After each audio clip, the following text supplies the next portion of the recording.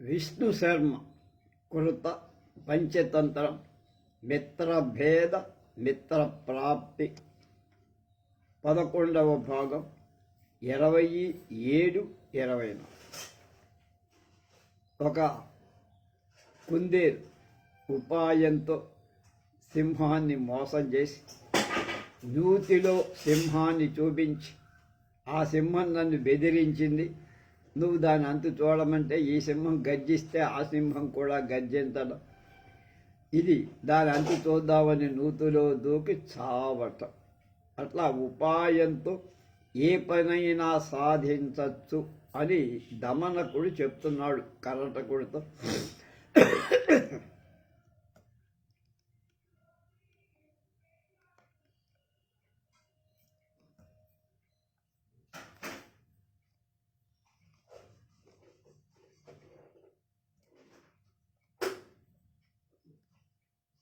అధ దమనకః సంజీవక విముక్తం పింగళం అవలోక్య తద ప్రణమ్యముగ్రే సమువిష్టః.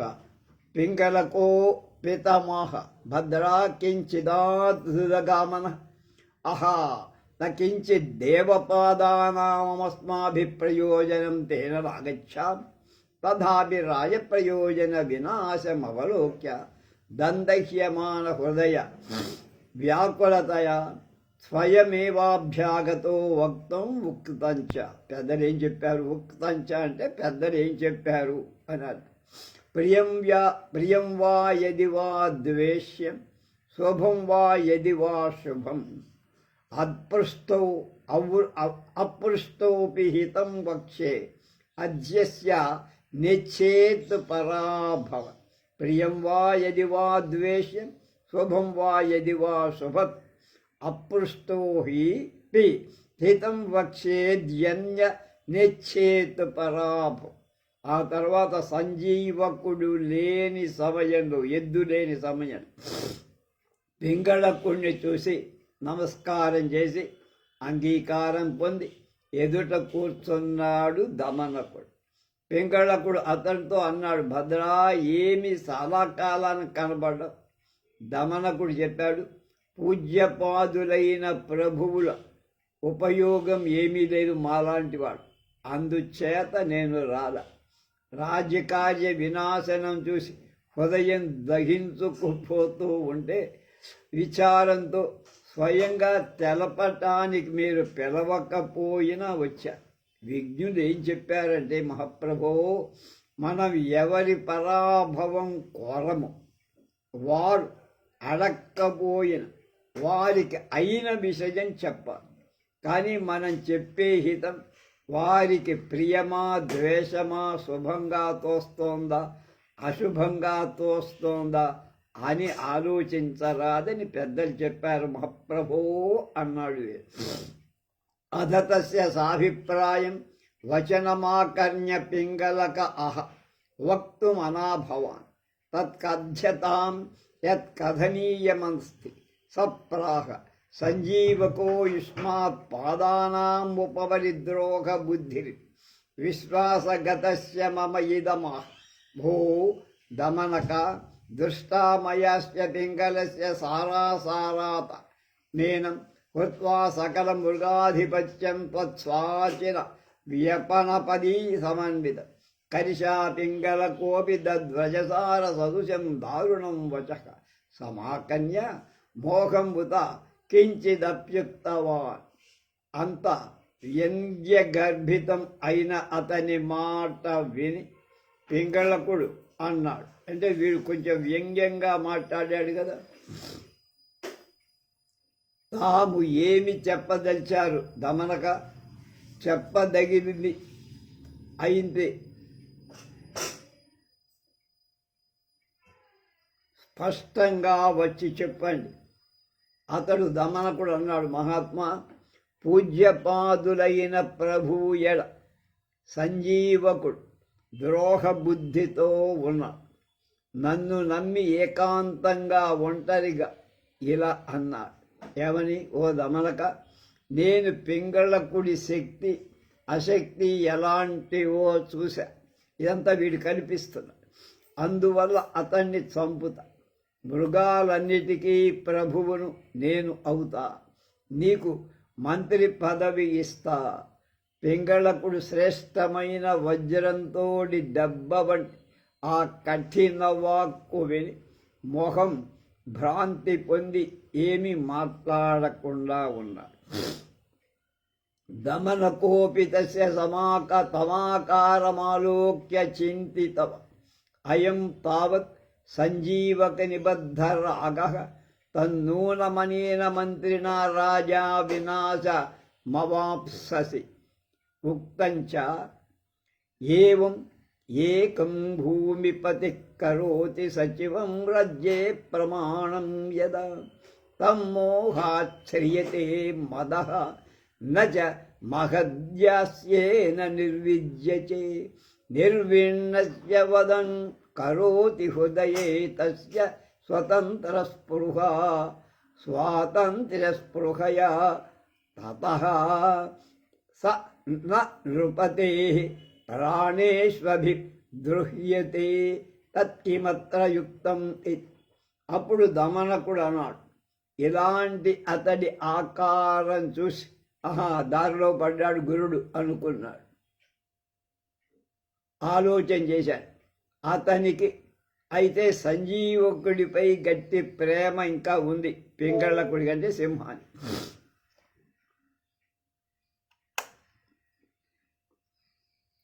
అందువల్ల ఈ మంత్రి వల్ల ఈ రాజు తప్పక వినాశం పొందుతాడు.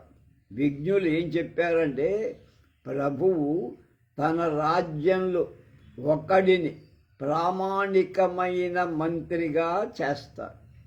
ఆ మంత్రికి అజ్ఞానం వల్ల అహంకారం మదం పెరుగుతుంది. అహంకారం చేత దాస్య వృత్తిని సేవక వృత్తిని అసహించుకుంటాడు. అందువల్ల వాడి హృదయంలో స్వాతంత్ర కాంక్ష మొదలవు. స్వాతంత్ర వాంఛ వల్లనే రాజు ప్రాణాలకు ద్రోహం చేయదలుస్తాడు, ప్రభువును చంపాలని ఆలోచిస్తాడు. ఇదంతా వీడు ఊహించి చెబుతున్నాడు. కనుక ఈ విషయంలో ఏది సముచితం అనాలి. పింగళకోపి చేతనాం సమాసాజ్య కథమపి తమాహ సంజీవకస్తావత్ ప్రాణసమో భృక్షః న కథం మమోపరి ద్రోహ బుద్ధిం కరోతి. దమనక ఆహ దేవా, భృత్యో భృత్య ఇచ్చైనాకాంత ఐకాంతికమేతత్ ఉక్తంచ. ఉక్తంచ ఎక్కడికక్కడ పెద్దలు చెప్పినట్టు లేక పూర్వం గ్రంథాల్లో ఉన్నట్టు అని అన్నమాట. నసోస్తి పురుషో రాజ్ఞాం యో న కామయతే శ్రియం అశక్తా ఏవ సర్వత్ర నరేంద్రం సముపాసతే. పింగళకుడు కష్టం మీద తెలివితో అతడితో అన్నాడు,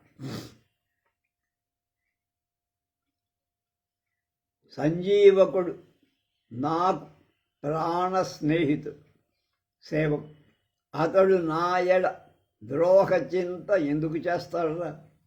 దమనకుడు అన్నాడు, మహారాజా, భృత్యుడు అభృత్యుడు అనేవి శాశ్వతాలు కావు. సేవకుడు కాకపోవాలి. కనుక రాజు దయ ఉంటే సేవకుడు, రాజు దయ లేకపోతే సేవకుడు ఉండడు. పెద్దలు కూడా ఏం చెప్పారంటే, మహారాజా, రాజ్యలక్ష్మిని కోరని రాజసేవకుడు ఎవడు ఉండడు. అంటే ఎవడైనా రాజు దగ్గర సేవ చేస్తున్నాడంటే కనుక ఆ రాజ్యాన్ని అపహరించాలి, కబళించాలి, తను పొందాలి అనే ఆశ లేకుండా ఏ రాజసేవకుడు ఉండడు. సర్వదా బలహీనులే రాజులను సేవిస్తూ ఉంటారు. కనుక రాజు దగ్గర ఉన్న వాళ్ళంతా బలహీనం. ఎప్పుడు రాజుని దెబ్బ కొడదామా అని ఆలోచిస్తారు. కనుక పింగళక అహ భద్ర తథాపి మమ తస్యోపరి చిత్తవృత్తిన్న వికృతం యత్ అథవా సాధ్విదముచ్యతే అనేక దోషమస్దుష్టోపి కాయః కశ్చన వల్లభ కుర్వన్నపి వ్యలీకాని యః ప్రియః ప్రియ ఏవ సహ. పింగళకుడు కొంచెం తెలివితో అంటున్నాడు, భద్ర అయినా నాకు వాడి మీద మనస్సే మార్తల్లా, సంజీవకుడిని ఎద్దు మీద. పెద్దలు ఏం చెప్పారంటే, అనేక దోషాలచే దూషితమైన ఎవరికి తన శరీరం అప్రియం కాదు. అంటే తనకి వాడు ఎవడికి వాడు తన్నే ప్రేమించుకోడు. అలాగే అనేక తప్పులు చేస్తూ ఉన్న ప్రేమపాత్రుడుగానే ఉంటాడు. నువ్వన్నట్టు దుర్మార్గుడుగా ఉండడు. దమనకుడు, అరే మనకు లొంగట్లేదురా, వీటికి ఏదో మార్చాలి అనుకున్నా. దమనక అహ అత ఏవాయం దోష ఉక్తంచ. పెద్దలు ఏం చెప్పారు, మీరు చెప్పింది బాగానే ఉందని. యస్మిన్నేవాధికం చక్షురారోపయతి పార్థివ ఆకులీన కులీనో వాస శ్రేయాం భాజనం నర. దమనకుడు అంటున్నాడు, అందువల్లనే ఇది దోషం మహారాజా. పెద్దలు ఏం చెప్పారో మీకు తెలియదము. ప్రభువు ఎవరిపై అధికమైన దయాదృష్టి ఉంచుతాడు వాడు కులీనుడైన కులరహితుడైన కులీనుడు కాకపోయినా లక్ష్మీపాత్రుడవుతాడు. అపరం కేన గుణ విశేషేణ స్వామి సంజీవకం నిర్గుణకమపి నికటే ధార. అధా దేవ యజ్యేవం చింతయసి మహాకాయోయం అనేన రిపూన్ వ్యాపాదయిష్య తదస్మాన్న సిద్ధ్యతి యతోయం షష్పభోజీ. దేవ పాదానాం పునః శత్రవో మాంసాసిన తద్రిపు సాధనమస్య సాహాయ్యేన న భవతి తస్మాదేవం దూషయిత్వా హన్యతాం ఇతి. అలాగే ప్రభువులు ఏ గుణ విశేషంచేత గుణహీనుడైన సంజీవకుణ్ణి దగ్గర చేర్చుకున్నారండి. అసలు వాడి దగ్గర ఏ గుణం ఉందని మీరు దగ్గర చేశారు? ఒకవేళ మహారాజు గారు అంటే సింహం, ఇతడు గొప్ప శరీరం గలవాడు, ఇతడి సాయం చేత శత్రువుని చంపగలను అని అనుకున్నారా? అదేమి జరిగే పని కాదు. ఎందుకంటే అతడు గడ్డి తినేవాడు. ప్రభువుల శత్రువులు మాంసాలు తింటారు కనుక అందువల్ల శత్రువులు జయించడం అతని సాయంతో కాదు. గడ్డి తినేవాడేం బలవంతుడండి, మాంసం తినేవాడు మాలాంటి వాడు బలవంతుడు. కనుక వాణ్ణి నమ్ముకున్నారేమిటి? కనుక అతనిపై దోషం ఆరోపించి సంహరించి వాడి మీద ఏదో ఒక నెపం వేయండి, చంపేసేయండి, అప్పుడు మీకు ఎదురు రాదు అన్నాడు.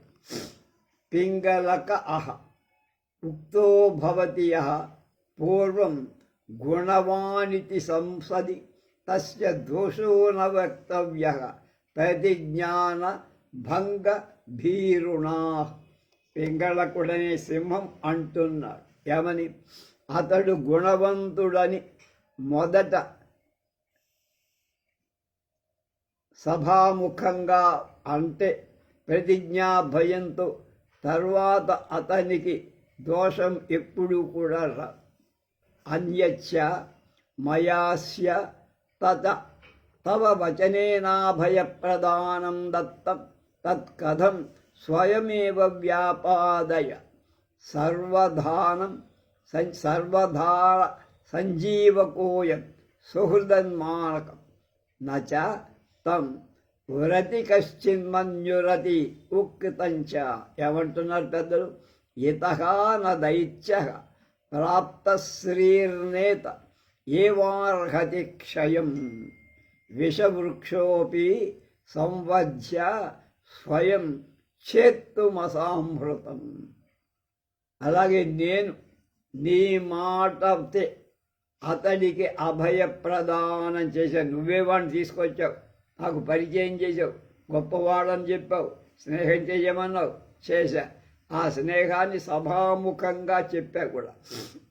అలాంటప్పుడు స్వయంగా వాడిని ఎలా చంపుతానురా నేను? అతడు అన్ని విధాలా మాకు మంచి మిత్రుడు, జిగిని దోస్త్. అతడితో ఏ దోషం లేదు అతడిలో.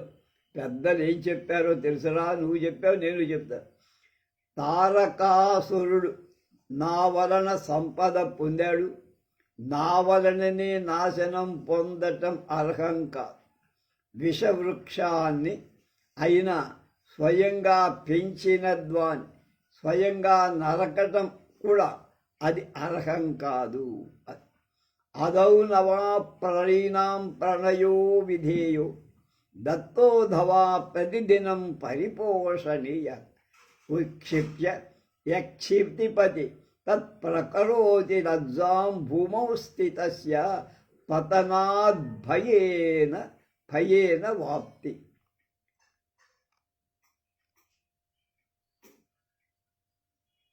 మొదట ప్రేమికుడు తన్ను ప్రేమించే వాళ్ళని ప్రేమించ. ఒకవేళ ప్రేమించామా ఆ ప్రేమను ప్రతిరోజు పెంచాలి. కిందికి పడవేయటం అనేది సిగ్గుమాలిన విషయం. భూమి మీద ఉండే దాన్ని కింద పడటం అనేది లేదు. ఉపకారిషు యస్సాధు సాధుత్వే తస్య కో గుణః అపకారిషు యస్సాధు ససాధు తద్భిరుచ్యతే. తద్రోహబుద్ధేరపి మయాన్యన విరుద్ధమాచరణీయం. మేలు చేసిన వాడికి మేలు చెయ్యటంలో గొప్పతనం కనుక కీడు చేస్తే కీడు చెయ్య. మేలు చేసేవాడే ఉత్తముడుగా పెద్దల చేత తలంచబడుతాడు. కనుక ద్రోహ బుద్ధితో ఉన్న నేను సంజీవకుడి ఎడ నేను విరుద్ధంగా ఆచరించకూడదు. దమనక ఆహ, వీడు ఆగడు కదా స్వామి. నైవ రాజధర్మోయ బుద్ధిరపి క్షమ్యతే ఉక్తంచ. పెద్దలు ఏం చెప్పారంటే, సింహరాజా, తుల్యార్థం తుల్యా సామర్థ్యం మర్మజ్ఞం వ్యవసాయినం అర్ధరాజ్యహరం భృత్యం యో నహన్యాత్ నహన్యతే. దమనకుడు అన్నాడు, ప్రభు ద్రోహి సైతం క్షమించదాం రాజధర్మం కాదు. ద్రోహిని శిక్షించాలి కానీ వాడిని క్షమించటం రాజధర్మంగా. పెద్దలు ఏం చెప్పారంటే, మహారాజా, ప్రభు అయిన సాటి ధనికుణ్ణి సాటి బలవంతుణ్ణి తనకు తెలిసిన వాణ్ణి కార్యకుశలుణ్ణి అర్ధరాజ్యం హరించిన సేవకుణ్ణి ఉపేక్షించకుండా ఉండాలి, లేకపోతే వాడే చస్తాడు. అపరం త్వయాన్యభి యజాన్య సఖిత్వాత్ సర్వోపి రాజధర్మ ప్రజరాజధర్మో భవాత్ సర్వోపి పరిజనో విరక్తింగతః యః సంజీవకా భోజీ భవాన్ మాంసాదః తవ ప్రకృతయచ్ యత్తావత్వం వధవ బౌహ్యం కుతస్థాగం మాంసాజనం యద్రహితాస్తాస్త్వం త్యక్త్వా తతోపి వినష్ట ఏవ అస్య సంగత్యా పునస్తేన కదాచిదాఖేటకేశరీ ఉక్తంచ.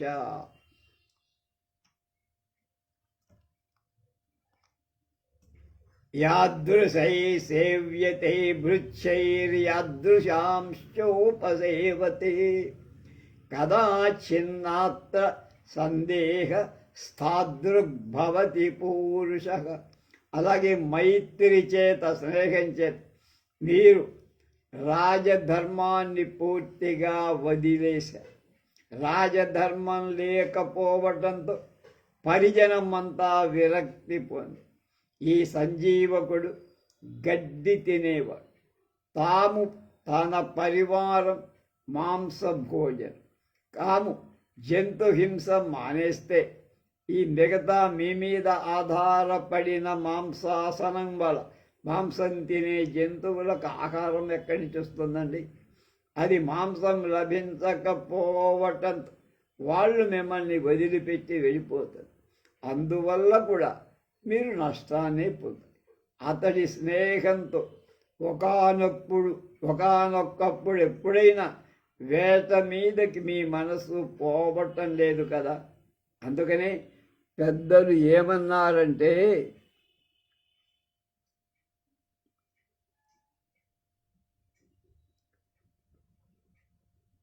పురుషుడు ఎలాంటి సేవకులచే సేవించబడతాడు, ఎలాంటి వాళ్ళని సేవిస్తాడు, మైత్రి చేస్తాడు, అలాంటి వాడే అవుతాడు. అంటే సేవకుడు, రాజుకే ధర్మాలుంటే వీడికి అదే ధర్మం.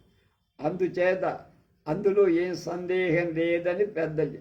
తథాచ, అంతేకాదు ప్రభు, సప్తస్థాయసి సంస్థితస్య వయసో నామాపి న జ్ఞాయతే ముక్తాకారతయా తదేవ నలినీపత్రస్థితం రాజతి స్వాతౌ సాగరసుక్తికుక్షిపతితం తజ్జాయతే మౌక్తికం ప్రాయేణాధమమధ్యమోత్తమగుణః సంవాసతో జాయతే అన్న.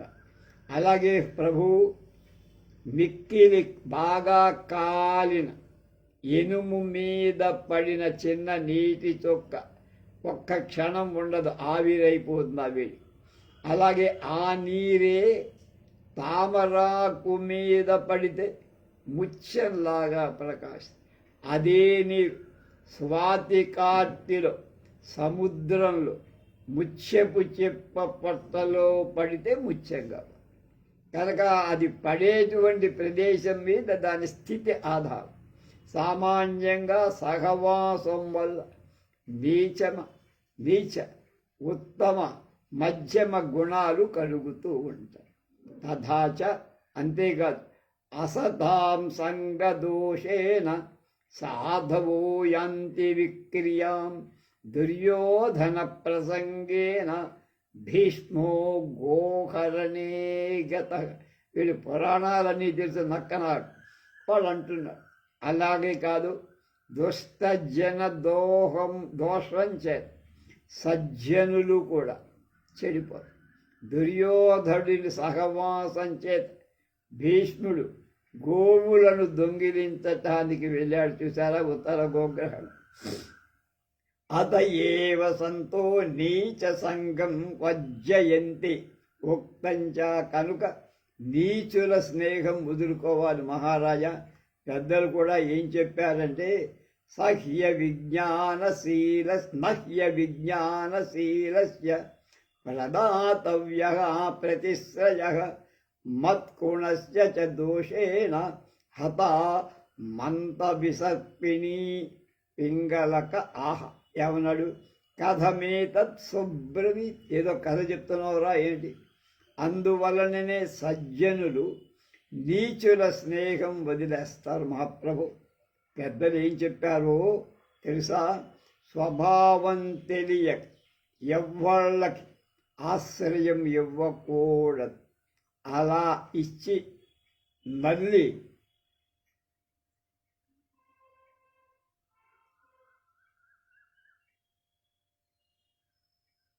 దోషం చేత మంద విసర్పిణి అనే పేను చంపబడి అని ఒక కథ చెప్పాడు మొదలు అన్నమాట. అప్పుడు పింగళకుడు అడిగాడు, ఎలా, ఏం జరిగింది, పేనుని నల్లి ఎలా చంపాడు చెప్పవయ్యా అంటే కథ 9 చెప్తున్నాడు. మంద విసర్పిణి మత్కుణ కథ.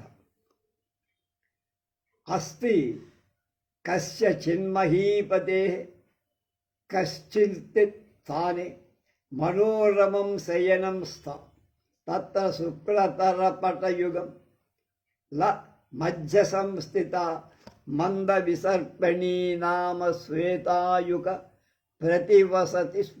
సా చ తస్య మహీపతే రక్తమాస్వాదయంతి సుఖేన కాలం నీయమానా తిష్టతి అన్యేమ్యశ్చ తత్ర శయనే బభ్రామ్యన్నగ్నిముఖో నామ మత్కోణః సమాయాత. మత్కోణ నల్లి. అధ తం దృష్ట్వా సా విషన్నవదన ప్రోవాచ భో అగ్నిముఖ కుతస్త్వమత్రానుచితస్థానే సమయాతక తద్యావన్న కశ్చిద్వర్తితావచ్చీఘ్రం గమ్యతాం ఇది. ఒకానొక రాజుకి ఒక చోట అందమైన శయన మందిరం ఉంది, పడుకునే గది, బెడ్రూమ్. అక్కడ మిక్కిలి తెల్లనైన దుప్పటి నడుమ చేరి మంద విసర్పిణి అనే తెల్ల పేను ఈపి అంటారే అది ఉంటుంది. అది ఆ రాజు రక్తం తాగుతూ సుఖంగా కాలం గడుపుతూ ఒకరోజు ఎక్కడి నుంచో తిరుగుతూ ఆ పడక గొడ్డి గదికి అగ్నిముఖుడు అనే ఒక నది వచ్చి అది దాన్ని చూసి ఆ విషాదంతో లేక పేనుతో ఇలా అంది, ఎందుకే నువ్వు ఇక్కడికి తగని చోటికి వచ్చావు పేనా? కనుక ఎవడు ఏ సమయంలో ముందే శీఘ్రంగా వెళ్ళు, మేలుకొని కంచి వెళ్ళిపోలేతే నీ పని అయిపోతుంది అన్నది. స ఆహా భగవతి గృహాగతస్యా సాధోరపి నైతజ్జుచ్యతే ఉక్తంచా. పెద్దలు ఏం చెప్పారంటే,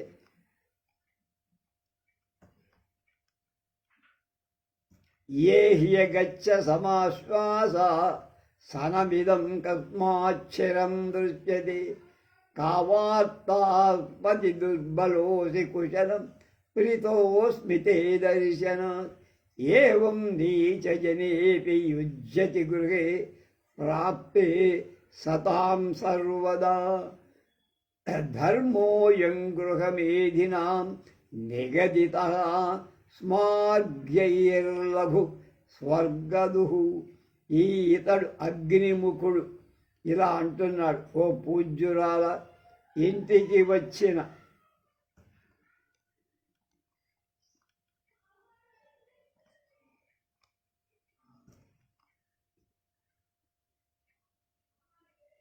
దుస్తుడి విషయంలో కూడా ఇలా పలకడం ఉచితంగా కాదు. లేదు, నువ్వు మాట్లాడటం బాధ. పెద్దలు ఏమన్నారంటే, రండి, దయచేయండి, విశ్రాంతి తీసుకోండి, ఇదిగో మీకు ఆసనం, కూర్చోండి.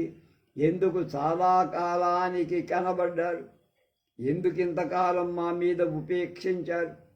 చాలా దుర్బలంగా ఉన్నారే, కుశలంగా ఉన్నారా? మీ దర్శనం చేత నేను సంతోషం పొందా.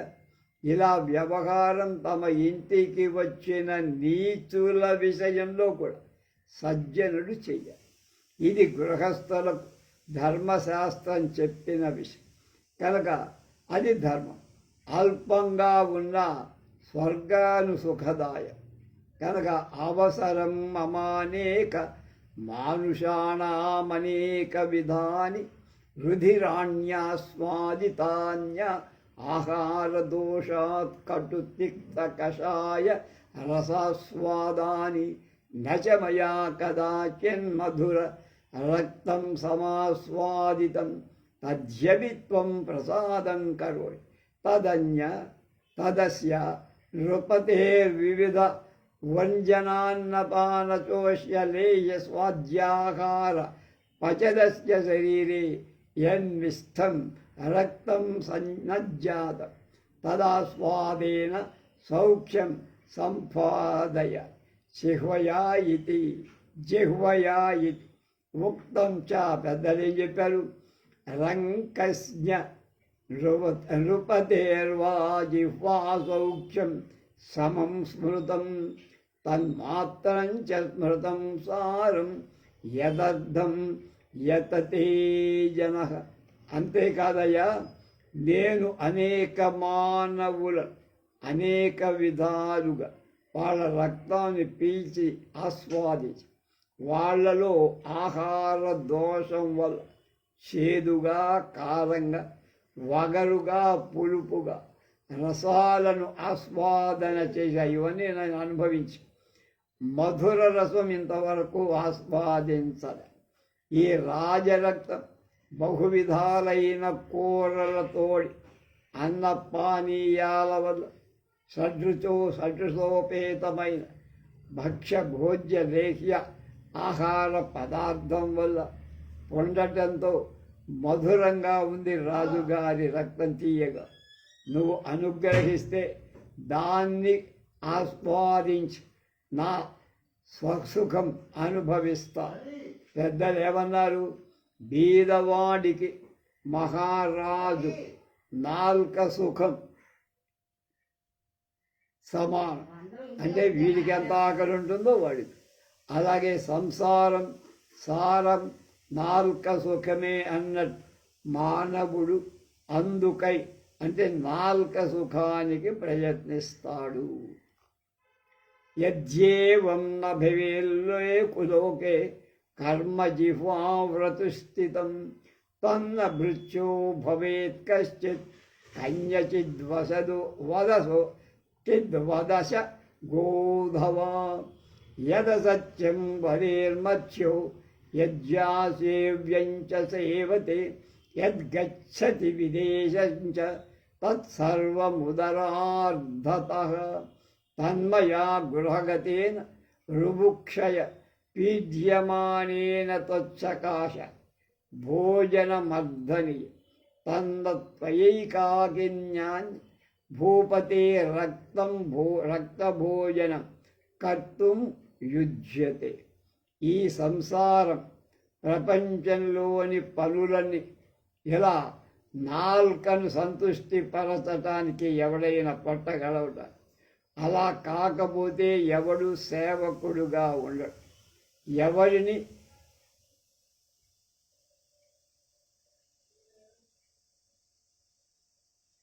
నమ్మడు. మానవుడు అబద్ధం మారటం, అధముణ్ణి సేవించడం, విదేశం వెళ్ళడం ఇదంతా దేనికోసం? పొట్ట కోసం. కనుక ఆకలి చేత బాధపడుతూ నేను ఈ ఇంటికి రాజుగారి ఇంటికి వచ్చి నీ నుండి భోజనం అర్థించ. నువ్వు ఒక్కదానివే ఈ రాజరక్తం ఆరగించటం న్యాయం కాదు. అప్పుడంటుంది తచ్చుత్వా మంద విసర్పిణ్యాహ భో మత్కుణా అహమశ్చన్ నృపేర్నిద్రావశం గతస్య రక్తమాస్వాదయ పునస్త్వమగ్నిముఖశ్చ దచ్చ తజ్జపి మయా సహ రక్తపానం కరోపి తిష్టన్ అభీష్టతరం రక్తమాస్వాదయ సోబ్రవీత్ భగవతి ఏవం కరిష్యామి యావత్వం ఆస్వాదయసి నృపరక్తం తావన్నను దేవగురుకృతః శపథః స్యాత్ యది తదాస్వాదయ ఏవం తయోః పరన్నరం వదతేన రాజా తచ్చయవమాసాద్య ప్రసూంతః. దానిని విని మంద విసర్పిని ఇలా, ఓ సఖీనల్లి, ఈ రాజుగారు నిద్రపోయాక రక్తం నేను తాగుతా, ఆస్వాదిస్తా. నువ్వో అగ్నిముఖుడవు, చప్పలుడవు, నాతో పాటు రక్తపానం చేస్తే చేయిస్తావేమో ఉండు, కోరినంత రక్తం తాగచ్చు. అతడు రాజుగారు అప్పుడు అగ్నిముఖుడు అన్నాడు, పూజ్యురాలు అలాగే చేస్తా, గురువు సాక్షిగా నువ్వు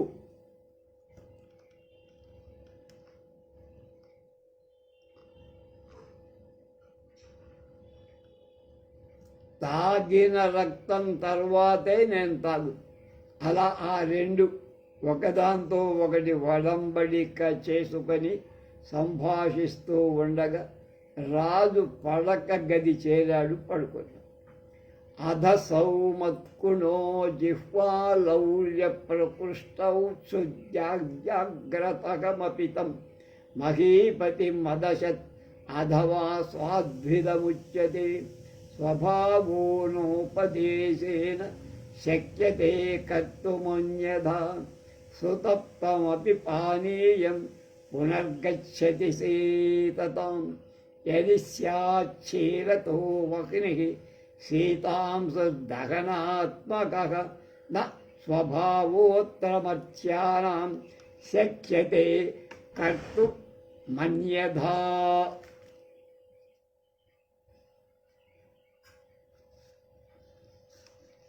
అప్పుడు నల్లి నాల్క చాపల్యమ తొందరపాటుతో మేల్కొని ఉండగానే రాజును కుట్టి. విజ్ఞులు ఏం చెప్పారు? ఉపదేశం చేత స్వభావాన్ని మార్చడం సాధ్యం కాదు. ఏదో ఒక వాడికి మన హితోపదేశం చేశాడు కదా, వాడు మారతాడా అంటే మారకపోవు. బాగా కాగిన నీరైన కొంతసేపటికి చల్లబడటం దాని ధర్మం కనుక అగ్ని చల్లబడవచ్చు, చంద్రుడు నిప్పుడు కాక్కవచ్చు, కానీ మానవుల స్వభావాన్ని మార్చలే. అధాసౌ మహీపతి సూచ్యగ్రవిద్ధ ఇవ తచ్చయనం త్యక్త్వా తక్షణాదేవోత్థిత అహో జ్ఞాయతామత్ర ప్రచ్ఛాదనపటే మత్కుణో యూకానూనం తిష్టతి ఏనాహం ద్రష్ట ఇది సేవకాన్ ప్రాహ అధ ఏ కంచాకింతస్త్ర స్థితాస్తే ప్రచ్ఛాదనపటం గృహీత్వా సూక్ష్మదృష్ట్వా వీక్షాంచక్రు అత్రాంతరే స మత్కుణశ్చాపల్యాత్ ఖట్వాంతం ప్రవిష్టః సా మంద విసర్పిణపి వస్త్రసంధ్య అంతర్గతాతైర్దృష్ట్వా వ్యాపాదితా చ అతోహం బ్రవీమి న హ్యనిజ్ఞాతశీలశ్చ ఏవం జ్ఞాత్వా త్వయైష వధ్యః నో చేత్తాం వ్యాపాదయిష్యతి. ఉక్తం చ పెద్దలు ఏం చెప్పారు? త్యక్తాశ్చాభ్యంతరాయేన బాహ్యాశ్చాభ్యంతరీకృతా స ఏవ మృత్యుమాప్నోతి యథా రాజా కకుద్రుమః అన్నారు. పింగళకుడు అన్నాడు, ఆహా కథమేతత్, ఏమిట్రా కథ? సో బ్రవీత్, ఆ కథ చెప్పరా. ఇంకో కథ. అప్పుడు ఆ రాజు సూది మొనతో గుచ్చబడిన వాడిలాగా ఆ పడకను వదిలి మెగ్గగా లేచాడు. సేవకులతో అన్నావు, రేయ్ ఈ దుప్పట్లో చూడండిరా, నల్లో పేనో ఏదో ఒకటి ఉంది, ఇది నన్ను కరుస్తోంది, రక్తం తాగుతోంది. వెంటనే అక్కడ ఉండే కంచుకలు దుప్పటి తీశారు, సూక్ష్మంగా చూశారు. ఈ లోపల ఆ నల్లి తొందరగా మంచంలోకి దూరింది. ఆ మంద విసర్పడి పేను మాత్రం వస్త్రంలో వాళ్ళకి కనపడి దాన్ని చంపేశారు.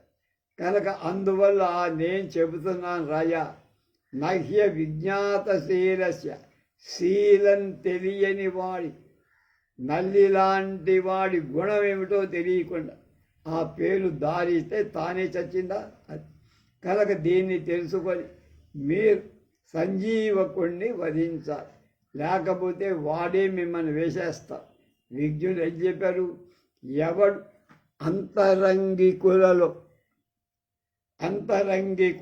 ఆంతరంగికులను వదిలేస్తారు, బయటి వాళ్ళని ఆంతరంగికులుగా తీసుకుంటాడు, వాడు ప్రభువైన కకుద్రుముడిలాగా మరణిస్తాడు. ఇడవడరా మళ్ళా కకుద్రుముడు? అప్పుడు పింగళకుడనే సింహం అడిగాడు, ఇంతకీ ఏమిట్రా కకుద్రుముడు కథ ఏమిటో చెప్పమన్నాడు. ఇది 10వ కథ, చండుర వ శృగాల కథ. చండర వ శృగాల కథ అదేమిటో రేపు తెలుసుకుందాం.